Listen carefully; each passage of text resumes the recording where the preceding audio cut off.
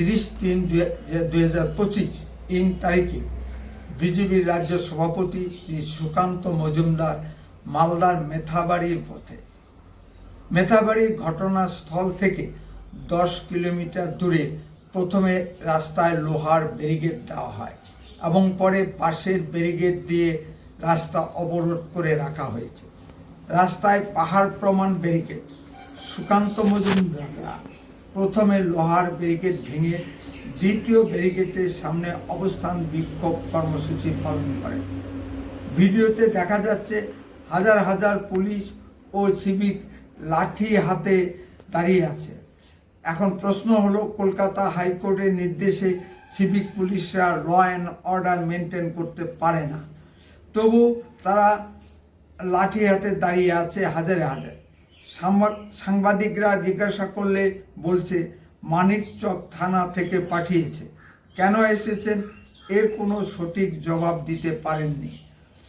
যখন মেথাবাড়িতে সাম্প্রদায়িক সহিংসতার ঘটনা ঘটেছে তখন তো এত পুলিশ ও সিভিক পুলিশদের দেখা মেলেনি, তখন এরা সব গর্তে লুকিয়েছিল। বিজেপি যেই প্রতিবাদে সামিল হয়েছে অমনি এরা গর্ত থেকে বের হয়ে এসেছে। কলকাতা হাইকোর্টে রাজ্য সরকার যে স্ট্যাটাস রিপোর্ট জমা দিয়েছেন তাতে উল্লেখ করা হয়েছে মেথাবাড়িতে এত বড় ঘটনাই ঘটেনি, সামান্য দুটি দোকানে ভাঙচুর করা হয়েছে।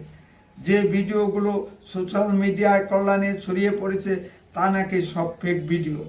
নমস্কার, আপনারা শুনছেন উত্তরে কণ্ঠ থেকে আমি প্রভাত বসাক, তুফানগঞ্জ, কোচবিহার।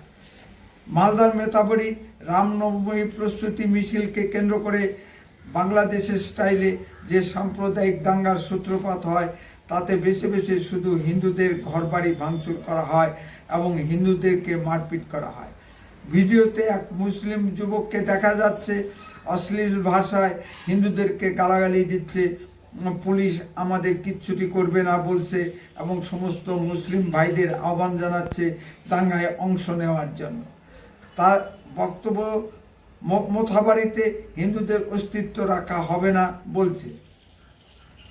রাজনৈতিক দল হিসেবে বিজেপি তো এর প্রতিবাদ করবে।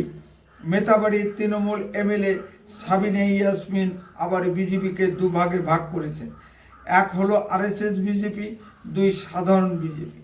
আরএসএস বিজেপি নাকি সাম্প্রদায়িক দাঙ্গা সৃষ্টি করেছে। প্রশ্ন হলো, এই আরএসএস বিজেপি যদি সাম্প্রদায়িক দাঙ্গা সৃষ্টি করে থাকে তাহলে হিন্দুদের এত বাড়ি ভাঙলো কিভাবে? আরএসএস কি হিন্দু সম্প্রদায়ের বাড়িগুলো ভাঙলো? কতগুলো মুসলিমদের বাড়ি ভাঙা হয়েছে? কোর্টে পুলিশ স্পষ্ট করুন। এমএলএ মহোদয়া আরও বলেছেন কেন্দ্রীয় মন্ত্রী শ্রী সুকান্ত মজুমদার নাকি বহিরাগত।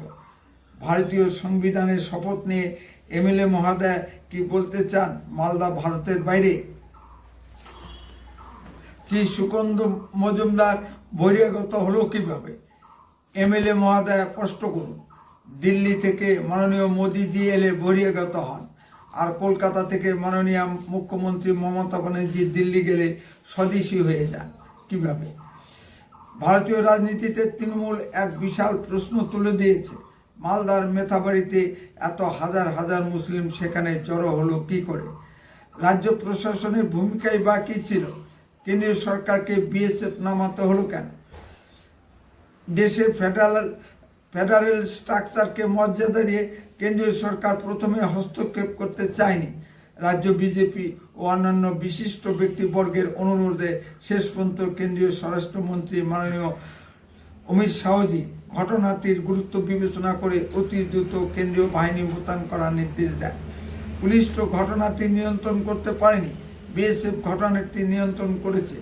বিএসএফ নামার ফলে দাঙ্গাকারীরা সমঝে যায় নতুন করে কোনো ঘটনা আর ঘটেনি। যদি ভিডিওগুলো ফেকই হয় তবে যারা ফেক ভিডিও ছড়ালো তাদের কেন গ্রেপ্তার করা হচ্ছে না? পুলিশের কাছে পশ্চিমবঙ্গের সাধারণ জনগণ এই প্রশ্নগুলোর উত্তর চায়। দেখা যাচ্ছে কোনো ঘটনাস্থলে তৃণমূল নেতৃত্ব গেলে পুলিশ সহযোগিতা করে, আর বিরোধী দল হিসাবে বিজেপি নেতৃত্ব গেলে পুলিশ সহযোগিতার পরিবর্তে রাস্তা অবরোধ করে দাঁড়িয়ে থাকে।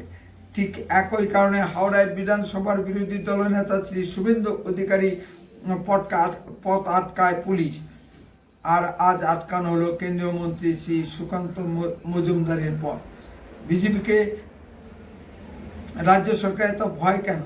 রাজ্য সরকার যদি সঠিক সময়ে সঠিক সিদ্ধান্ত নিয়ে থাকেন তবে বিজেপিকে এত ভয় কিসের জন্য?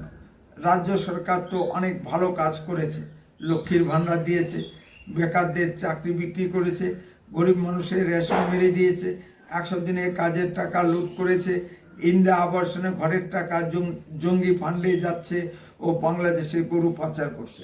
এগুলো নিশ্চয়ই ভালো কাজ। তা না হলে পশ্চিমবঙ্গের জনগণ কেন তৃণমূলকে বারবার ভোট দিবে? আসলে পশ্চিমবঙ্গে মাননীয় মুখ্যমন্ত্রী মমতা ব্যানার্জি গণতন্ত্রের ত্রুটি চেপে ধরতে চাইছেন। বাংলাদেশেও গণতন্ত্রের ত্রুটি চেপে ধরেছিল শেখ হাসিনা। তার শেষ পরিণতি কী হয়েছিল তা আমাদের সকলের জানা। উত্তরে কণ্ঠ সর্বদাই বাস্তব ও সত্য কথা বলে। আরও এ ধরনের ভিডিও পেতে দয়া করে এক্ষুনি চ্যানেলটিকে সাবস্ক্রাইব করুন। আপনার মূল্যবান মতামত কমেন্টে লিখুন। যদি ভিডিওটি ভালো লেগে থাকে তাহলে অন্ততপক্ষে 10 জনের মধ্যে ভিডিওটি শেয়ার করুন। উত্তরে কণ্ঠ দেশের কথা বলে, দশের কথা বলে। আপনারা চোখ রাখুন উত্তরে কণ্ঠের পর্দায়। বন্দে মাতরম, ভারত মাতা কি জয়।